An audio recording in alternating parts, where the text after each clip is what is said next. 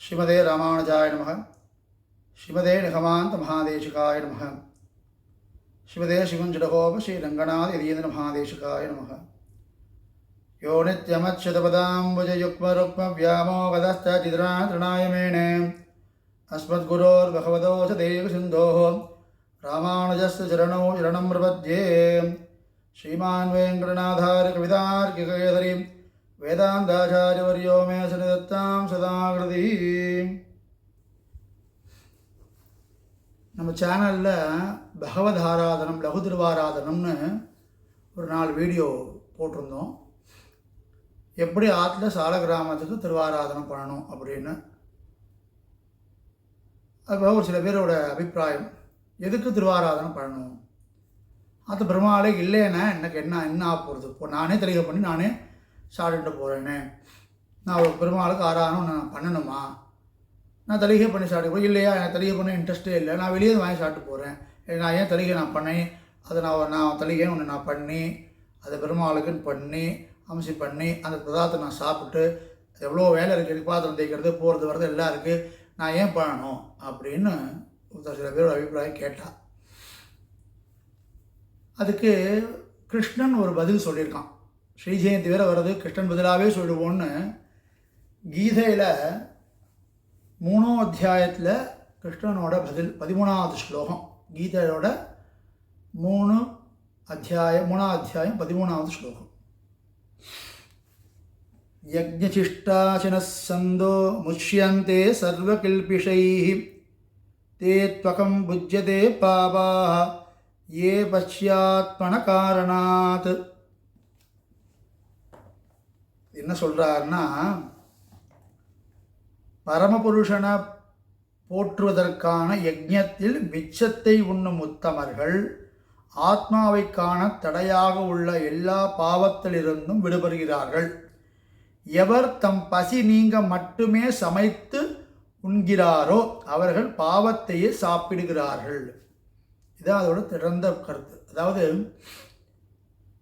யஜ்யம் அப்படின்றது ஹோமத்தை ஆகுதி கொடுக்கறது இல்லை, பகவத் ஆராதனமும் யஜ்யம்தான். நீங்கள் பாஞ்சராத்திர ஆகமத்தில் பார்த்தீங்கன்னா மானச யாகம் பாக்ய யாகம்னு பிரித்து போட்டிருப்பா. அதாவது எப்படின்னா, பெருமாள் திருவாராதத்தை மனசுக்குள்ளேயே பண்ணிட்டு எல்லா உபசாரங்களையும் மனசுக்குள்ளே பண்ணுறது பேர் மானச யாகம்.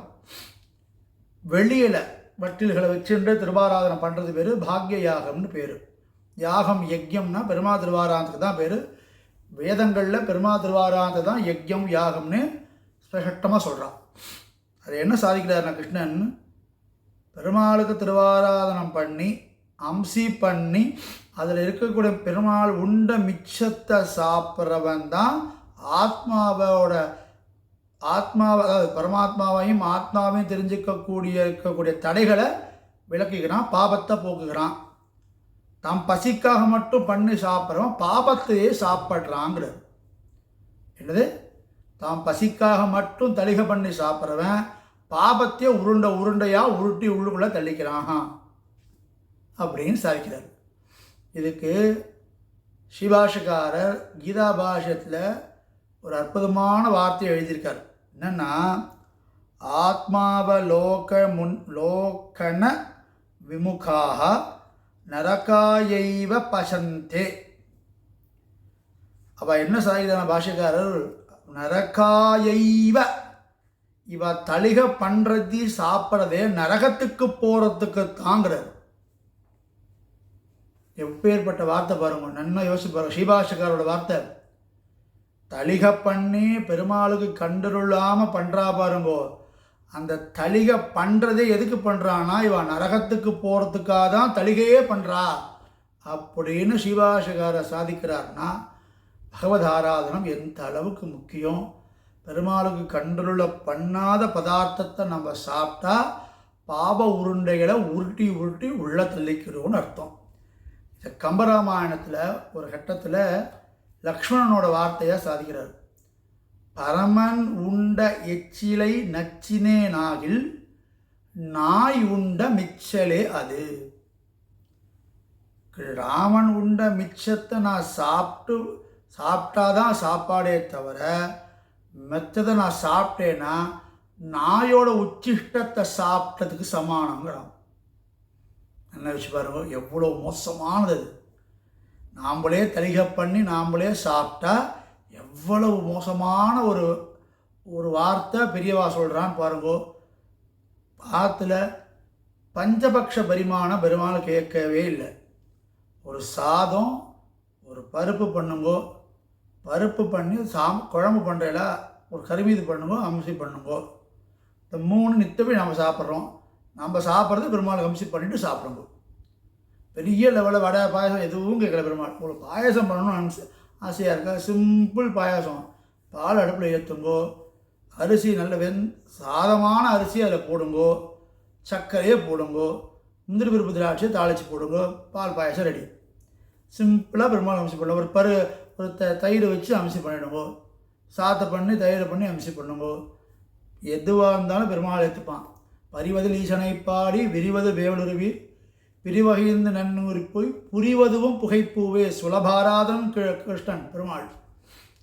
புரிவதும் புகைப்பூவேன்ற இடத்துக்கு திருவாய்மொழிக்கு பட்டர் ஒரு நிர்வாகம் சொல்கிறார். பெருமாள் எவ்வளோ சுலபாராதனைன்னா, பெருமாளுக்கு அகிர் புகை போடணும், சாம்பிராணி போடணும், அகில் அது இதுன்னு தேடாதீங்கோ. வாசலில் குப்பைச்சத்து இருக்கும். அவர் காலத்து குப்பைச்சத்துங்கிறது இலை. இப்போ நம்ம காலத்து வாசலில் குப்பைங்கிறது உண்மையாலுமே குப்பை. அவர் என்ன சொல்கிறாருன்னா, இடம் அது வாசல் இருக்கா, எல்லாத்தையும் சேர்த்து வைங்கோ, நெருப்பு வச்சு கொளுத்துங்கோ. அந்த புகையை கொடுத்தாலும் என் பெருமான் சந்தோஷமாக எடுத்துக்கிறான், பக்தியோடு கொடுத்தோன்னா. பத்திரம் புஷ்பம் பலம் தோயம் யோபி பக்தியா பிரயசதி. பக்தியோடு கொடுக்குறோமாங்கிறதான் பார்க்குறானே தவிர பெருமாள் வேறு எதையுமே பார்க்குறதில்ல. சிம்பிளாக ஆற்று பெருமாளுக்கு ஆராதனத்துக்கு நம்ம யூடியூப்பில் இருக்குது, அதை பாருங்கோ. ஆற்றுல சிம்பிளான திருவாராந்தம் பண்ணி பெருமாளுக்கு கண்ட்ரோலில் பண்ணி நீங்களும் சாப்பிடுங்கோ, குழந்தைகளுக்கும் கொடுங்க. குழந்தைகளுக்கும் பகவத் பிரசாதம் சேரணும். அப்போ தான் அவளும் சத்வகுணத்தோடு இருப்பாள், நல்ல குழந்தைகளாக வருவாள்.